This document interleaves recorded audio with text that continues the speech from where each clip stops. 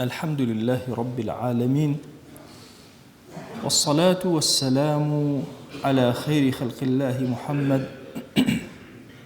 وعلى آله وأصحابه الكرام وتابعيهم بإحسان إلى يوم الدين. ربنا أرنا الحق حقا وارزقنا اتباعه، وأرنا الباطل باطلا وارزقنا اجتنابه. أوصيكم عباد الله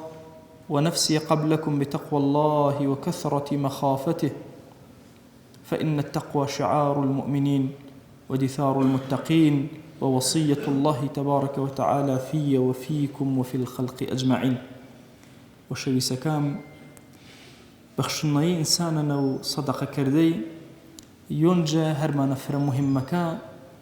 كإي أين عظيمة وإما باسش كردن وهانج دين مورو آني دس ما كريابو ضل ما كريابو بخشناي بيم آكسي كسخاوتش هن وشويسو خوان جل جلاله وشويسو ضلي ما بيغمر صلى الله عليه وسلم فرماو دويت شوي ضلنا بيو كوما باو إيمان بخيلي إيمان رزيلي بيو ضلي وانا كوما باو إنساني إيمان دار قردشا أشن بخشن ديبه إيه دين عظيمة الروتشيش سلو إما فرض كردين ورو آني لما أورابو أقام فقير هجارك كاريش كردن فقيرك الرججن بيسد الله منك بخشة ورو آني هزب فقيري وكم درامتي بشا نكرة فرماو أجر تنها شورو ججني واردل بي شاني يكوش زياتر بي حتى مزوي إمام الشافعي فرماو أجر دزار الله بي بشو يكزار الله كرد يكزار الله يعني شورو ججني يكزار الله زياتر واردل بي فرماو بشو زار الله وش أسر فترد يان بشو ويل كواجب أسر الديش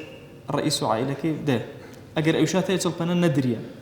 إن مهمة بخشنا يدينا إن التركيز جوانا كريان زاندين رو قيامتنا هيج إيمان دارني بلو حضور خواي وهيج جنا بخشة أبو إلا غير كسيوش بخشان تبا واجب بخشانش تبا صدقة وخير وخيرات. تماشا كردي آية مباركة فرماو الذين ينفقون أموالهم بالليل والنهار سرا وعلانية فلهم أجرهم عند ربهم ولا خوف عليهم ولا هم يحزنون. آنك بخشاش شوينة رونا شوينة شويش دسكوت بخشا رونا بخشا بپنهاني كز آگاج ناسانا بين وش أخوي بخشا بأشكرا دلي خلقنا بخشا فرماو إني أجركشا بس خواوي زانو تسنا إنا لا خوايو سرمرجيشنا إكسفر آرامنا لا خوف عليهم ولا هم يحزنون نخمشاهن نخفتشان سرمرجن فرق آرامنا فرق مرتاحين. آية مباركة فرق قورنا بإيمان إنساني إيمان دار أش مشوينا بخش رونا بخش بأشكرا بخشو بپنهان بخشو فرماوان شا واجبك بأشكرا بخش صدقك بنهيني بخش واجبك سرشان وراني خلق نواتش الزكاة ما مثلا سرفيته بأشكرا سرفيته ويلد الزكاة ويلد بپنهان تشيشل بنكريا بخش نايفر فرق قورن إنساننا تاو بشي ججيان ويج بشي جداهات ويج بشي أني كمانيوشن يبيلاش كرو بيناو خوينا بنيوشر توزيعش كرو بوش بوران وركاش بيا قوركي أمتو بيغمري صلى الله عليه وسلم ببخشناي فرفر قوري بي فرو شويسي بيني إمام عثمان طبعا كافركا مشيكي قريشي شي قد وش قرق شي وش قرق بي فرماور وبخشناي قوريش طبعا إمام عثمان ينشاكسا حتى يسيج بخشناي جمن حتى يسر رقم حسابيش الإمام عثمان فرو هرمانا قوركا أفريقيا نكريا بزر إمام عثمان نكريا هتا آر فرماو هردوي الدقايا كان واتم مكة ومدينة هرچی خلق بيري بشيو بي إمام عثمان كخواي قوري بنا عطاك الدبي ودابش بنا فرماو بعضشا هديش دي بني بنا أنا كدولة مني بنا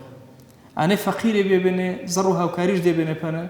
أنا شك بيشا بقرزي بقرزش دي بني فرماو خلق بيري بشيو ورو أنا علماء فرماو أجر شيء والجركة دنيانا وشويز بي وهرشي عيبة الشارية وبخشنا يكره فرماو هرشي كسا فضح بونا دنيانا إلا السخينة خوا سترش كرو بقوري وش خوا بارزوش بقوري وش فرماو إمام ابن حجر عسقلاني فرماو وليسير من الصدقة يسترك في الدنيا والآخرة كمي أجر تو بخشي نكفريج خوا دنياي كنا ستر الكرو آخرتي كنا ستر الكرو. ابن حجر عسقلاني فرماو شافعي مذهبه ومانا شارح بخاري فرماو گوناحەکەی سەر و سەرەیتا بزاندێت شێوێ هەن کوشنۆشەوە خەت کوژێنەوە ئێنە دەستاوە ئای سەدەقە و خێر و خێراتە فەرماوە والصدقة تمحو كثيرا من الذنوب التي تدخل النار فرە و گوناحەکانێک کە ئینسانی وزات لێ ئایری سەدەقە کوشنۆشەوە نمازۆشە پاکڵ کەرەوە سافڵ کەرەوە ساقڵ کەرەوە. ئێمە ئومەت و پێغەمبەری صلی الله عليه وسلم نایە مانگی مبارەکە نەی مانگی پەنج ماچە مانگە و ئینفاق و بەخشندنەیی پێغەمبەریان صلی الله عليه وسلم فرماو فرە سەخی و بەخشن نەبێ بەڵام مانگە و ڕەمەزانی سەخاوەتەکەش فرە گەورەتر بێ. فرماو كالريح المرسلة چني مرسلتي چني هوا كانريا كخوا كانوش فرا بقوتي من پیغمبر صلى الله عليه وسلم اباس بخش ما جو رمضان بتابتي فرا مهمه بتايبتي تريج اخيركش فرا مهمه انساني ايمان دار مالو دهاتكش بارو توزيعش كرو تقسيمش كرو بشو خوای مون واجبكش تنبر كرو خير وصدقش تنبر كرو بيني هم دنيانا سرفرازه بيمي هم باروكو ملايتي خلقي فرا خازبونه وشويسي بين ما نزيال كرونا سني انس قيامتنا فرپنش سربرزه بيمي راسينه يو چاچي واكا حسد سرو يانكيتو نمازو چمو خلقي سرو مالو ملكيتو نمازو بخشنيه حتى بخشنيه زياتر كري چمكي سرتو كمتري باوا بركي خيري فرتر ونكرياو داوا كرم جزاتو باكو پروردگاري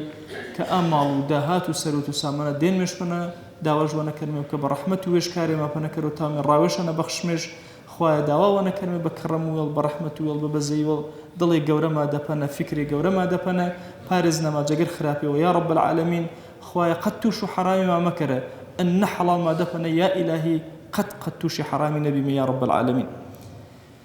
وأوصيكم أيضا بالصلاة والسلام على رسول الله حيث أمر الله تبارك وتعالى في محكم تنزيله قائلا إن الله وملائكته يصلون على النبي يا أيها الذين آمنوا صلوا عليه وسلموا تسليما اللهم صل على سيدنا محمد وعلى آل سيدنا محمد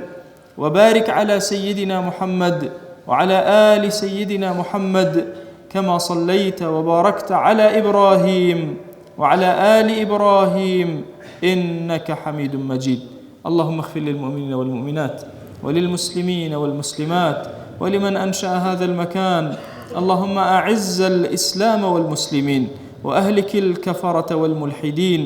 اللهم انصر من نصر الدين واخذل يا رب من خذل الإسلام والمسلمين. اللهم آت نفوسنا تقواها فزكها أنت خير من زكاها أنت وليها ومولاها. آمين آمين والحمد لله رب العالمين. أقم الصلاة يرحمك الله.